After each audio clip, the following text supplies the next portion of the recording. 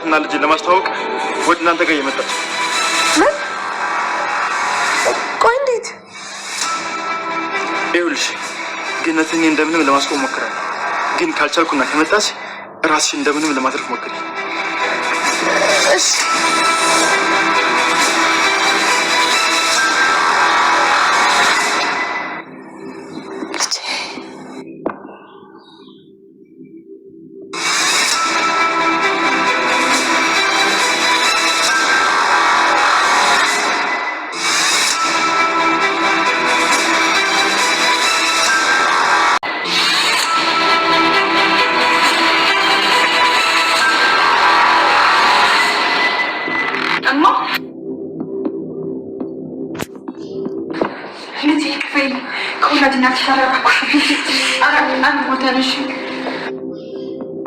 ይቅርቤ ልጄ፣ አንቺ ከእናትሽ አራርቀሻለሁ።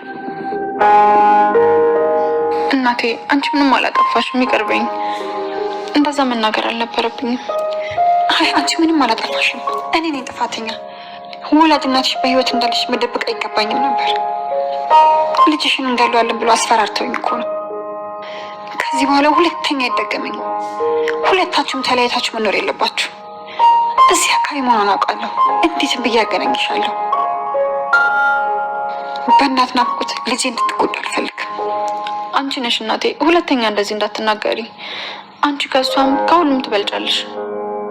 እሺ እኔ ልጅ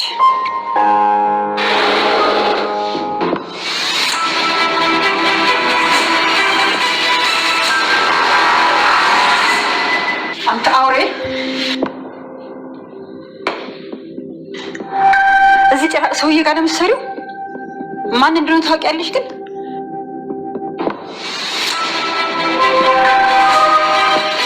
አደራ ድራማ ተወዳጅ ድራማ ዛሬ ምን ተፈጠረው የሚለውን አብረን እናያለን። ብሌን እንግዲህ ፊት ለፊት ከእናቷ ጋር ተገናኛች ማለት ነው። ዳጊ እናቷን ይዟት ወደ ቤት መጣ። እንግዲህ ይዟት ወደ ቤት መጣ። ብሌን በጣም ደነገጠች። ምክንያቱም ሻንጧን ይዛ ከቤት እየወጣች ነበረ፣ ልብሶቿን ይዛ ስራ እየለቀቀች ነበረ። ነገር ግን ዳጊ እናቷ ብሌን ከዛ ግቢ እንድትወጣ ስለማይፈልግ ፊት ለፊቷ ድረስ ይዟት ወደ ቤት ይመጣል። ባይሉ በጣም ያብዳል ማለት ነው። እንግዲህ ገኒ ወደ ቤት ልጇን ለመውሰድ ስትመጣ ባይሉ እጅግ በጣም አበደ። እጅግ በጣም እየጨዋባት ነበር። እንዴት ልታመልጥ ቻለች? እንዴት ነው? ዳጊ ግን እሱ እንዳላደረገ ጭራሽ እሷን ፈቷት ለቀቃትና ቶሎ ብለሽ ለልጅሽ ድረሽ፣ ልጅሽ ከቤት እየወጣች ነው፣ በአንቺ የተነሳ ልጅሽን አስፈራርቶ ወደ ሌላ ሊወስዷት ስለሆነ ለዛ ነው የምፈታሽ፣ ቶሎ ብለሽ ድረሽ ብሎ ይለቃታል ዳጊ ማለት ነው።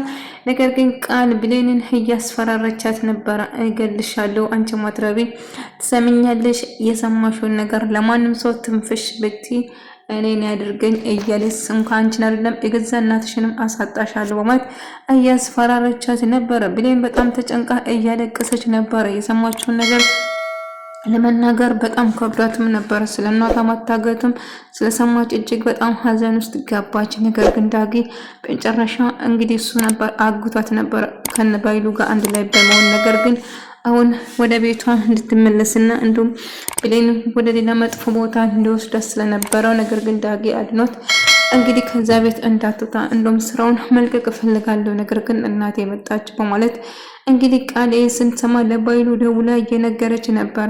ያቺ ተንከሲስ አልሄደችም፣ እሲና አለችም። እልቁንስ እንደውም እናቷ እንደመጣችም ጭምር ነገረች። ባይሉ ይሄ እንዴት ሊፈጠር ቻለ? እንዴት እያለ እጅግ በጣም ተናደደ። ከሱ ጋር የምሰራው ግን ትሰማለህ አንተ ማትረባ እንዴት ልታመልጥ ቻለች? ያቺ አንድ ሴት ማገት ትገደል ብዬክ ነበር፣ አንተ ግን ትጠቅመናለች ስትል ነበር። ጥቅሟ ምኑ ጋር ነው እስቲ ንገረኝ እያለ ነበረ። ባይሉ እጅግ በጣም ስጨው ነበረ። ቃል ያቺ ማትረባ አንድ ነገር ትንፍሽ ካለች ትሰምኛለሽ፣ ኃላፊነቱን የምትወስጂ አንቺ ነሽ እያለው ነበር።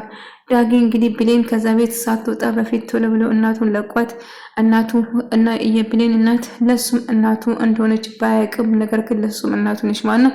ነገር ግን በመጨረሻ እናትሽን ይዤ እመጣለሁ ከዛ እንዳትወጪ እያላት ነበር። ነገር ግን ብሌን ምንም አማራጭ ስለሌላት መሄድ ነበረባት። ከዛ ልክ በሩን ከፍታ ስትወጣ በጣም አዝና ያሰራውን እትዬም ካሰናበተች ወይም ደግሞ ሰላምዬ ካሰናበተች በኋላ እናቷን በር ላይ ፍልፍ ስታገኝ እጅግ በጣም ትደነግጣለች። እትዬ እናቴን እኮ አገኘሁት እያለች እትዬ የምትሉት ሰላም የገዛው ወላጅ እናቷ ነች፣ ግን ልጇ መሆኗን አታውቅም ማለት ነው። አንተ ማትረባ ዳጊ አንተን አይደል ፈትሄ ለቀካት፣ እመነኝ እገልሃለሁ በማለት እያስፈራራ ነበር። ብሌን እናትሽ የምትፈልግ ከሆነ ከዛ ውጪ ስለተባለች በጣም ጨንቋትና በጣም ፈርታ እየለቀሰች ነበር። ብሌን ግን ምስጢሯ እንዳይወጣላት የሰማችውን እንዳትናገር እያስጠነቀቀቻት ነበር። አሁን ስላንቺ ጉዳይ የማሳስበኝ ይመስልሻል እንዴ?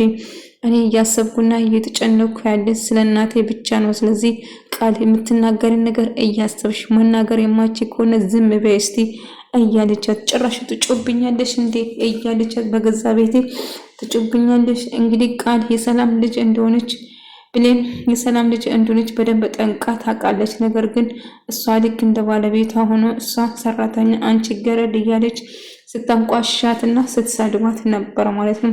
ነገር ግን ምንም ነገር ብትላት ምንም ነገር አይመስላትም ብሌን። ነገር ግን ስለ እናቷ መጥፎ ነገር ያሳደገች ጎዳና ላይ ወስዳ ያሳደገች እናቷ ስለሷ መጥፎ ነገር ስታወራ እገልሻለሁ ተጠንቀቂ እያለቻት ነበር።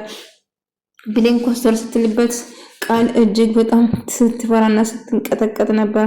ባይሉ እባክህ ይቅርታ አድርግልኝ ስተሰርቻለሁ እያለች ነበር። ባይሉ ንዴቱን በሙሉ ቃል ላይ ለመውጣት እየሞከረ ነበር።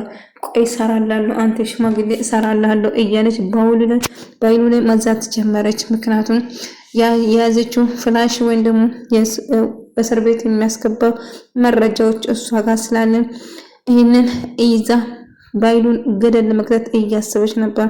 ባይሉ ግን አላወቀም። እሷ ሀብቱም ውርሱም የራሷ ብቻ ለማድረግ ነበር። ሰላምዬ ሁሉ ነገር ለመናገር የተገደደች ብሌን እና ልጇ እንዳልሆነች እና ትክክለኛ ልጇ እንዳልሆነችም ጭምር ዳጊ ገኒን በቃ እሺ ምንም ነገር አይፈጠርም ቶሎ ብለሽ ለልጅሽ ደረሽ ይሄን ስታሰቃይን ቆይታ አሁን ጥሩ ሰው ለመሆን ለምን ትሞክራለሽ ስትለው ልጅ መጥፎ ነገር እንዳይደርስ ብዬ ነበር አንቺም ያገትኩሽ መጀመሪያ፣ ግን አሁን ላይ እና ልጅሽን አደጋ ውስጥ ለመክተት ሌላ ቦታ ይዟት ለመሄድ እየተዘጋጁ ስለሆነ አንቺ ግን ቀድመሽ ሄደሽ ልጅሽን መያዝ አለብሽ እያላት ነበር።